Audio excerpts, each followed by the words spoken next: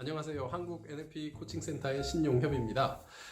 지난 시간에 주관적 경험의 세계, 객관적 현실, NLP의 두 가지 세계에 대한 이야기를 여러분께 전해드렸습니다. NLP가 무엇인지에 대해 정의할 필요는 없다라고 말씀을 드리면서부터 이 두 가지 세계의 서로 다른 의미, 경험에 대한 이야기를 전해드리기 시작했는데요.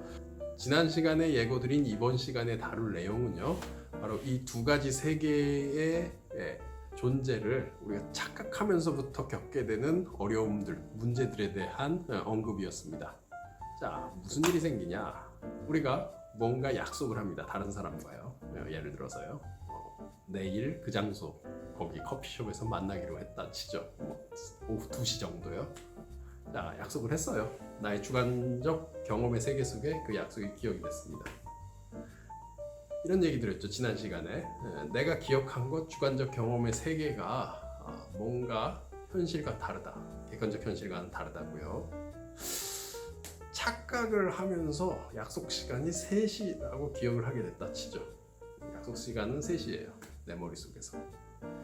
이유는 알 수 없습니다. 여러 가지 이유들이 있겠죠. 새로 약속이 변경되는 대화로 왔거나, 아니면 TV 드라마 속에서 보던 오후 3시라는 메시지가 머릿속에 들어왔든가, 혹은 약속 장소를 거기라고 생각했는데 거기와 동일한 이름의 다른 장소가 근처에 있다고 치면요.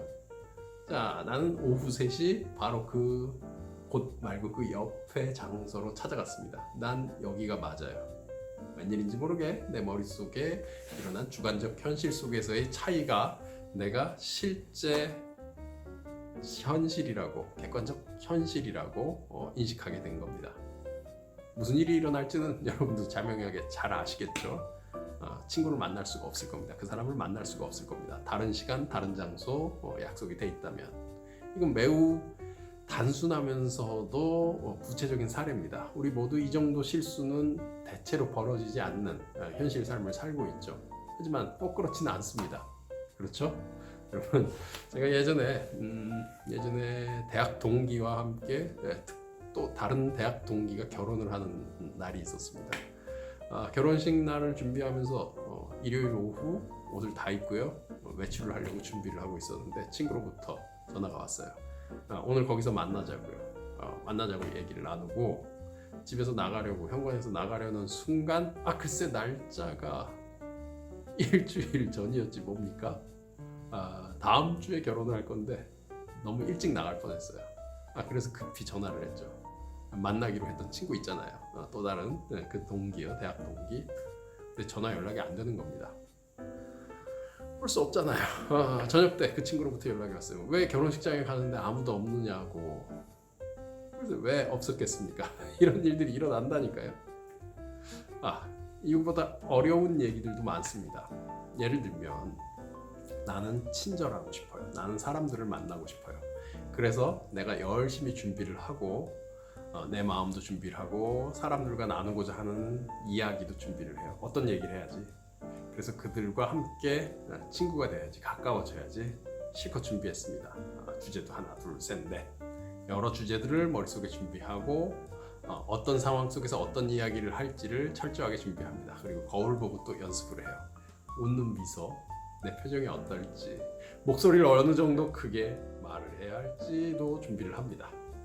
그리고 집을 나서죠. 그리고 친구들을 만났어요. 그들을 만났습니다. 그들과 만나서 그들과 친해지고 싶어서 말을 합니다. 너희와 너무 친해지고 싶어! 이렇게 말할 수는 없는 것 같아요. 너희와 너무 친해지고 싶다고!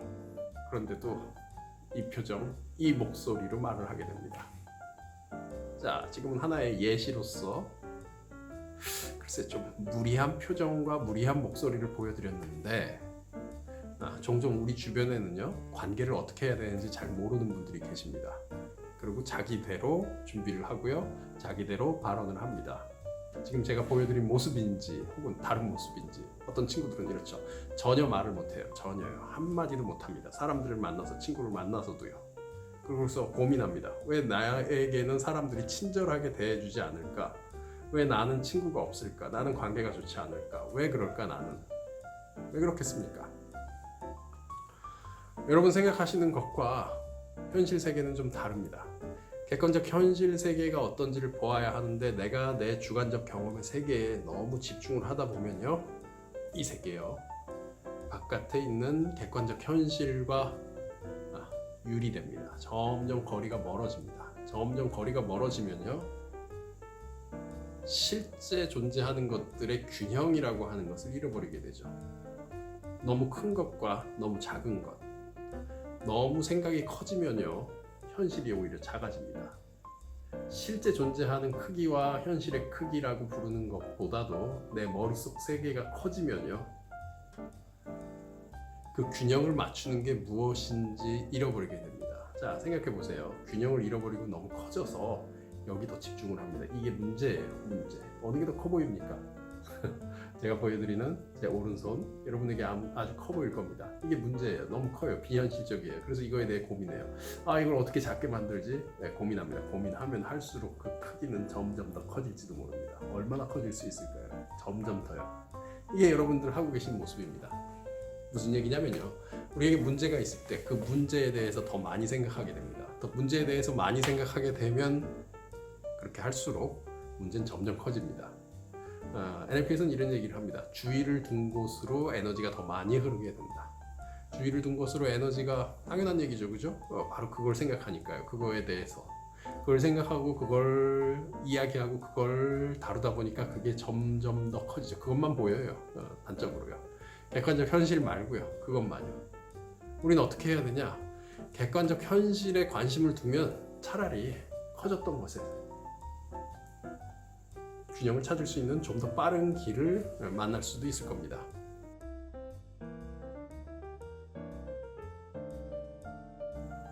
어느 정도로 이 변화가 실제와 다른 것들이 일어나느냐? NLP가 이야기하는 바에서는요, 주로 언어적으로 이것들을, 이 문제들, 이런 왜곡들을 찾아낼 수 있습니다. 언어적으로 어떤 왜곡이 일어나냐?